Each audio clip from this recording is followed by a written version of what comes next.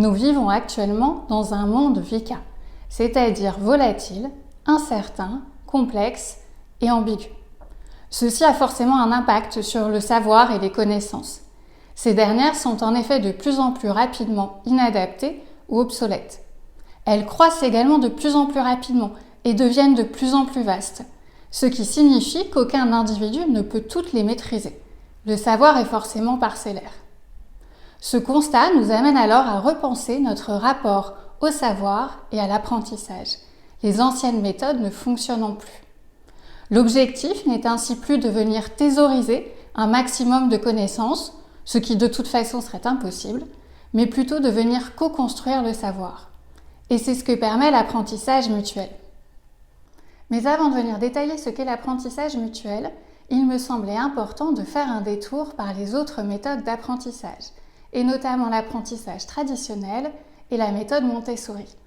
Nous allons également faire le parallèle avec l'apprentissage en entreprise et le monde du management. Premièrement, l'apprentissage traditionnel. Dans l'apprentissage traditionnel, un sachant transmet ses connaissances à un non-sachant. La transmission de connaissances est donc verticale, descendante et à sens unique. À l'école, c'est le professeur qui va transmettre ses connaissances aux élèves grâce à des leçons magistrales. Et en entreprise, c'est le manager qui va traditionnellement être considéré comme sachant parce qu'il va avoir un nombre d'années d'expérience ou un diplôme supérieur à celui de ses collaborateurs. C'est donc lui qui va expliquer aux collaborateurs comment est-ce qu'ils doivent faire leur travail. Ce mode de fonctionnement prévaut encore grandement dans nos entreprises et dans nos écoles. Pourtant, nous en connaissons les limites depuis l'Antiquité. Platon disait déjà à cette époque « Les leçons que l'on fait entrer dans l'âme de force n'y demeurent point ». Il existe en effet deux grandes limites à l'apprentissage traditionnel. La première va concerner la passivité de l'apprenant, qui ne fait qu'attendre que le professeur le nourrisse de connaissances. La deuxième limite va concerner l'objectif même de l'apprentissage. Dans l'apprentissage traditionnel, on cherche surtout à accumuler un maximum de connaissances, mais pas à venir construire un cadre de pensée structuré. L'apprenant n'apprend donc pas à apprendre. Or, dans un environnement VUCA, dans lequel il faut venir enrichir et actualiser nos connaissances en permanence, mais aussi venir les articuler de manière différente entre elles, ce mode de fonctionnement ne marche pas du tout. Deuxièmement, les méthodes nouvelles d'apprentissage. Au XXe siècle, les pédagogues de l'éducation nouvelle ont cherché à dépasser les limites de l'apprentissage traditionnel. Maria Montessori, notamment, a développé une nouvelle méthode pédagogique dans laquelle ce n'est plus le professeur, le sachant, qui transmet ses connaissances aux élèves. Les élèves apprennent en effet de manière totalement autonome grâce à un environnement et du matériel adapté. Ils sont également stimulés par les échanges avec les autres élèves, souvent d'âges différents. Ainsi, dans ces méthodes nouvelles d'apprentissage, la coopération est valorisée, alors que dans l'apprentissage traditionnel, elle était totalement interdite. On n'avait pas le droit d'aider un camarade, c'était considéré comme de la tricherie. Enfin, dans la méthode Montessori, l'éducateur joue le rôle d'accompagnateur. Il va venir aider les élèves, mais uniquement en cas de besoin, et il va leur proposer des jeux et des activités qui vont les stimuler. En entreprise, nous retrouvons cette même volonté de responsabiliser et d'autonomiser les acteurs dans les méthodes agiles. Dans ces méthodes, ce sont en effet les collaborateurs qui vont organiser et piloter l'activité.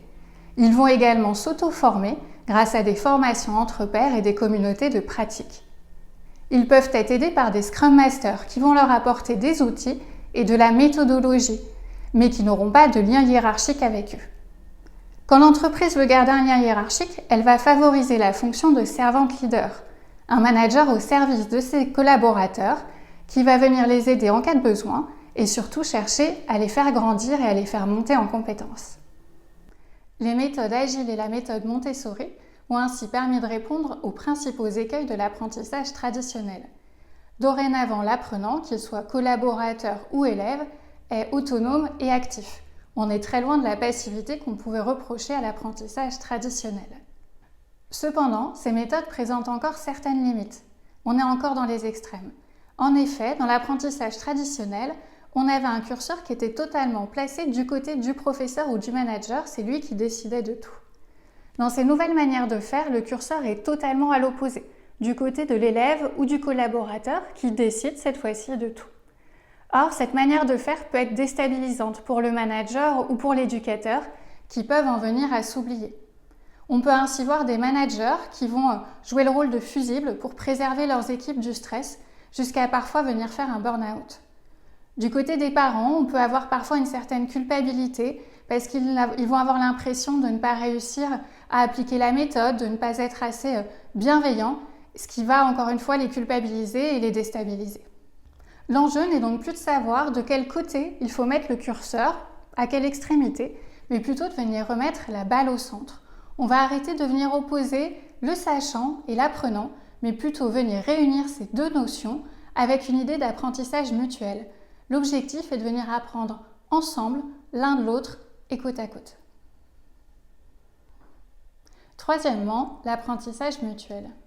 Dans l'apprentissage mutuel, on arrête d'opposer un sachant et un non-sachant pour plutôt venir considérer que tout le monde est à la fois sachant et apprenant. Chacun va venir apporter ses connaissances et son savoir pour enrichir la relation et apprendre ensemble. Dans l'apprentissage mutuel, on va donc avoir deux parties qui vont apprendre ensemble, côte à côte et l'une de l'autre. Alors ça nécessite une bonne dose d'humilité. C'est une posture, un état d'esprit dans laquelle on va considérer qu'on a encore tous à apprendre, mais également qu'on peut apprendre de tout le monde, quel que soit son âge, son grade ou son niveau d'expérience. Alors, comment mettre en œuvre l'apprentissage mutuel au quotidien ? Mais souvent, quand on est parent ou enseignant, on considère qu'on doit apprendre aux enfants.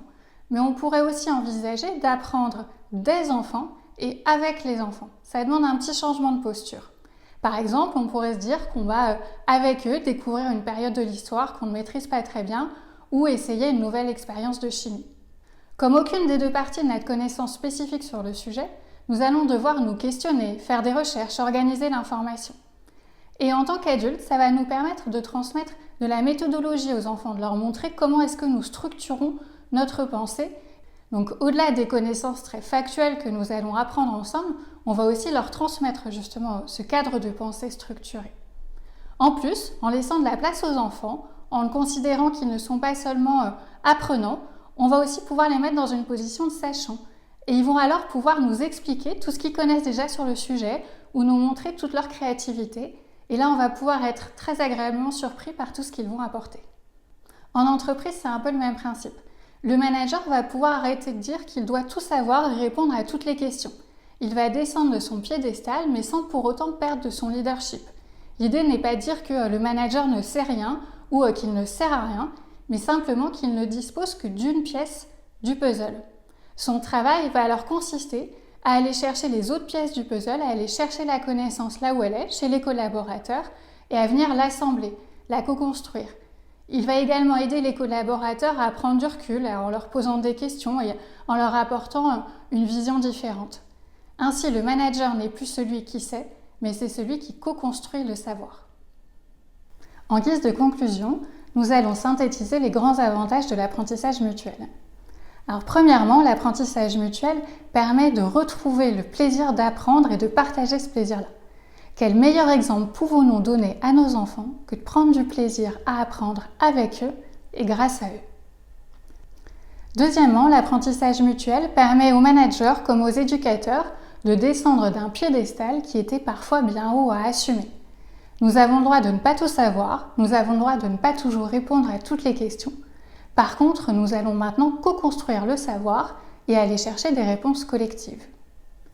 Troisièmement, l'apprentissage mutuel est particulièrement adapté à notre environnement VICA, dans lequel les connaissances ne cessent d'évoluer. Grâce à l'apprentissage mutuel, nous allons co-construire ce savoir et agencer les nouvelles connaissances avec les anciennes pour répondre à des enjeux de plus en plus complexes. Prenons l'exemple de l'écologie. Personne ne peut être à la fois météorologue, spécialiste des énergies fossiles, des transports et du tourisme. Il va donc bien falloir venir agencer, co-construire ces connaissances pour répondre à cet enjeu si complexe et si important.